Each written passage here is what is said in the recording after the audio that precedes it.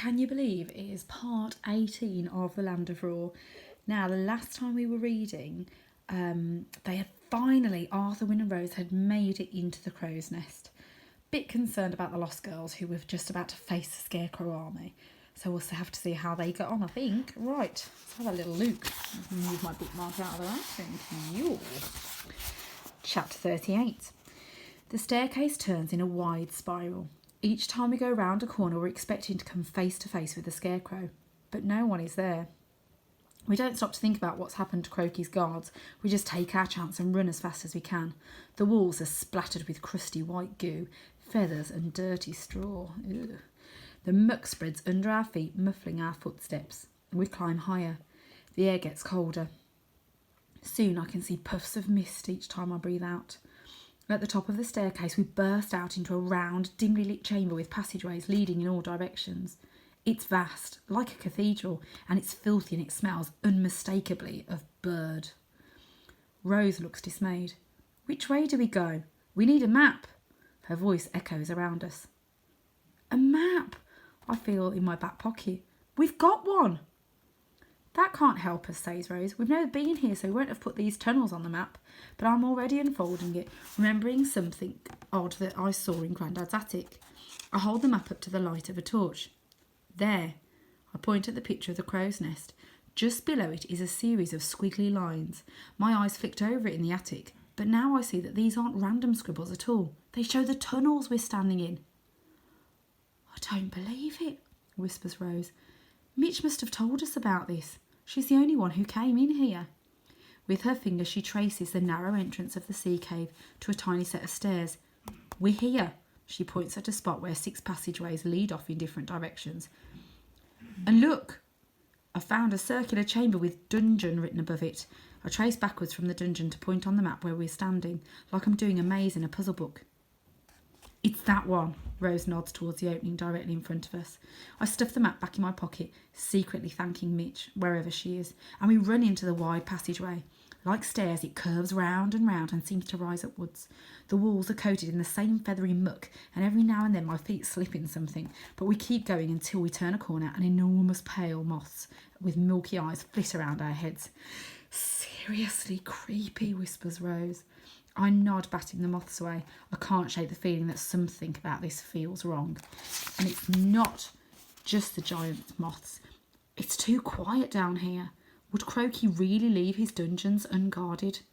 The silence makes me jumpy, and I start to see movements in the shadows and imagine scarecrows creeping up behind us, or worse, Crokey. Come on, says Rose, pulling me on. The passageway straightens out into a gloomy tunnel with thick wooden doors set into walls. Each door has a rusting lock and a sliding hatch. They look like cells, and strange sounds drift from behind them, some of them flutters and stamps and scratches. Oh, who's this fella down here? Goodness me. Rose and I look at each other. Grandad could be behind any of these doors. Trying to make as little noise as possible, I slide back the hatch on the first door and peer inside.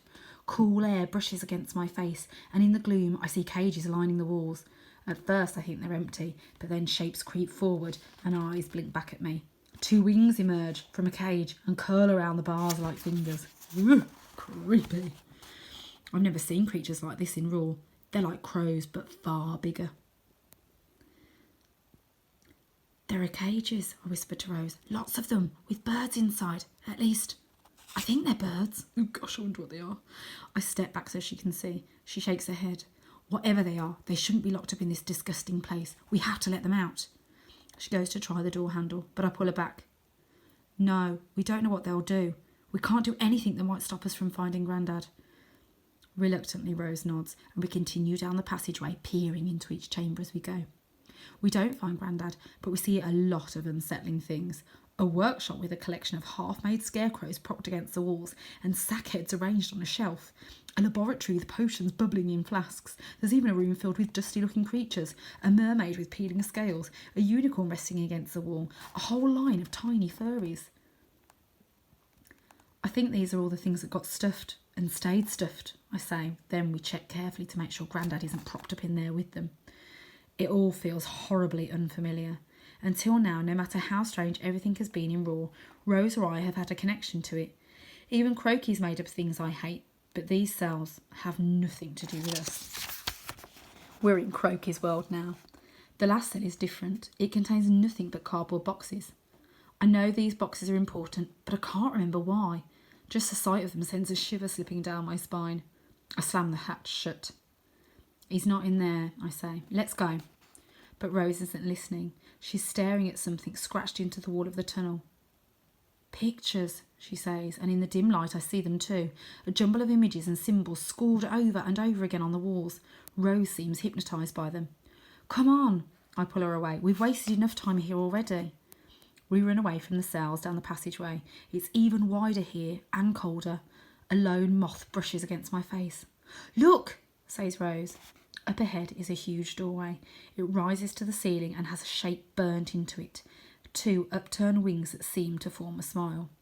We rush forward and Rose has to use both hands to pull back the bolt. I'm not sure I would. Then we push against the door. It won't budge, so we throw all our weight against it, again and again, until it bursts open with a deafening squeal. And there, standing on a stone platform, his arms outstretched, his eyes staring into space, and his ankles clamped in chains, is Grandad.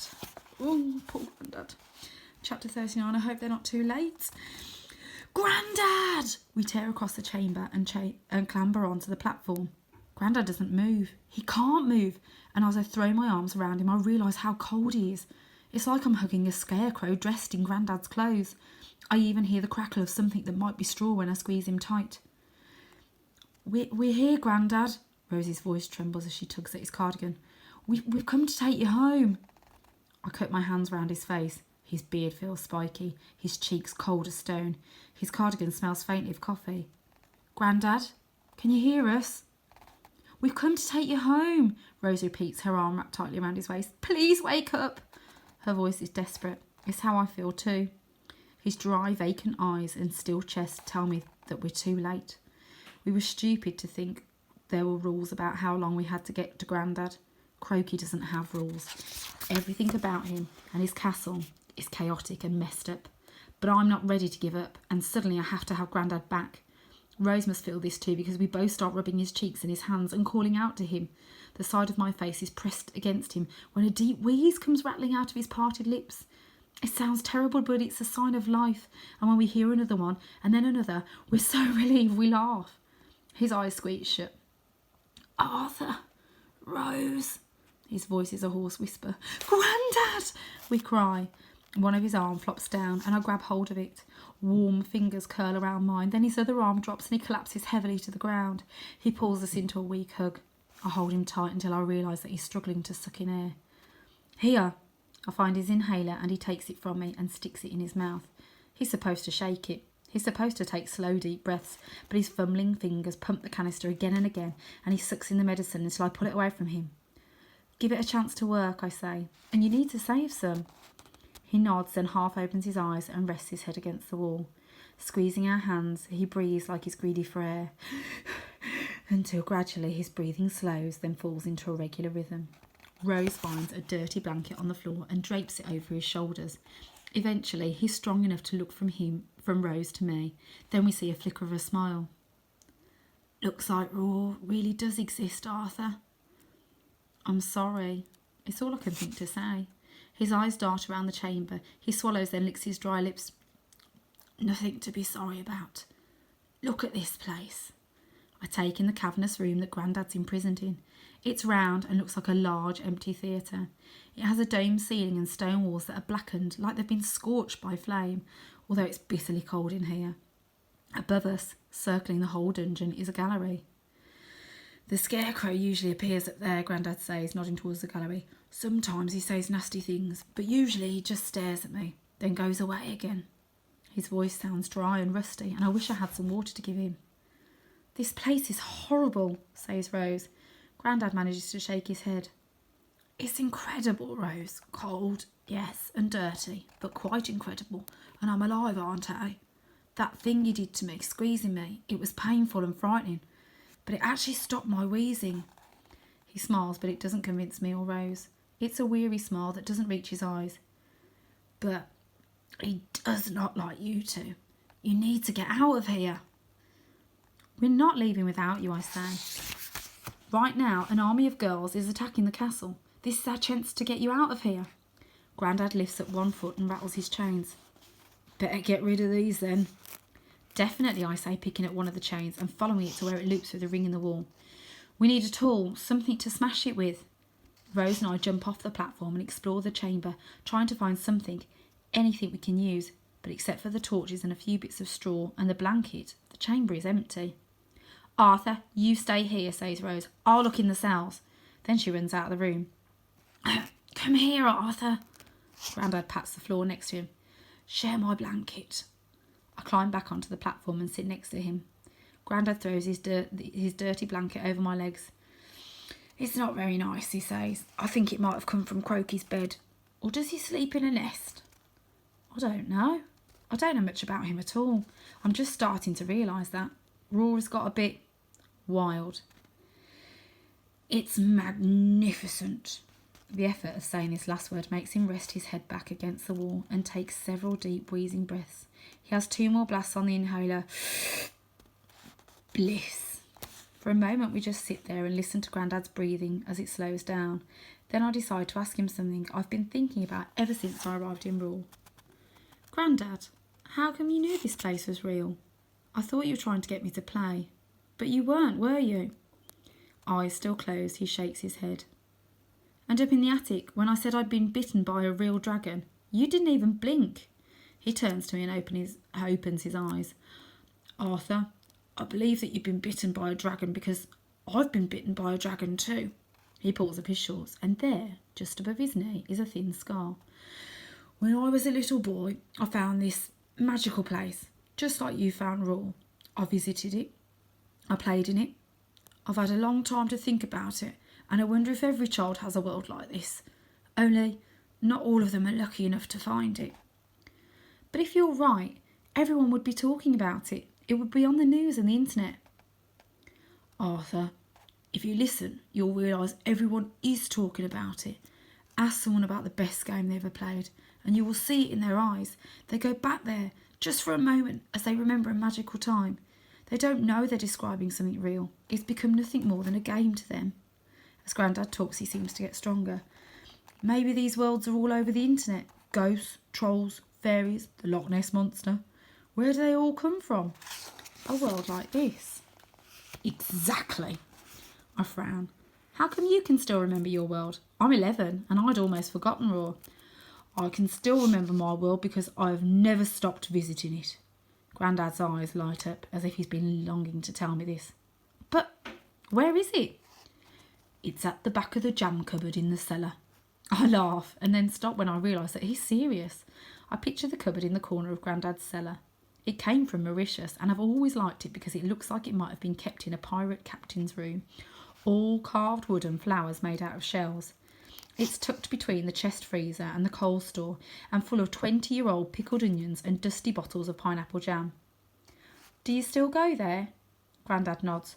Sometimes. It's quite a squeeze these days. My knees aren't so good, and while I've got bigger, the jam cupboard has stayed the same size.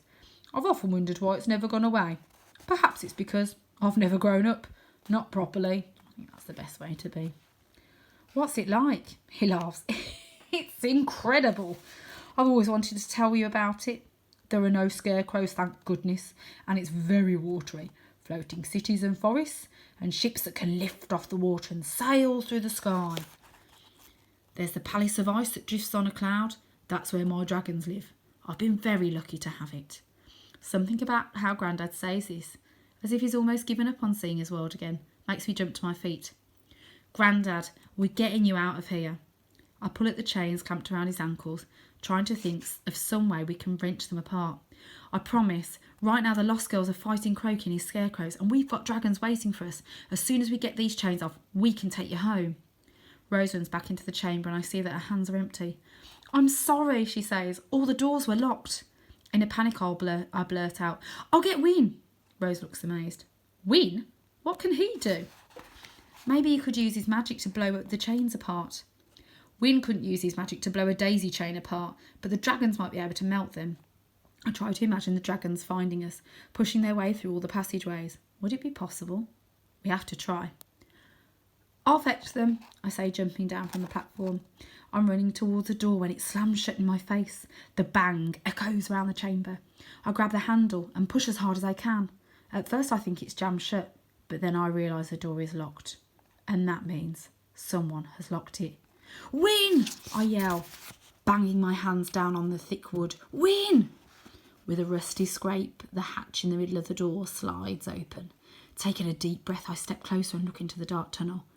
And that's when I hear a ruffle of feathers and a scratchy voice hisses, "I've got you now, Arthur Trout."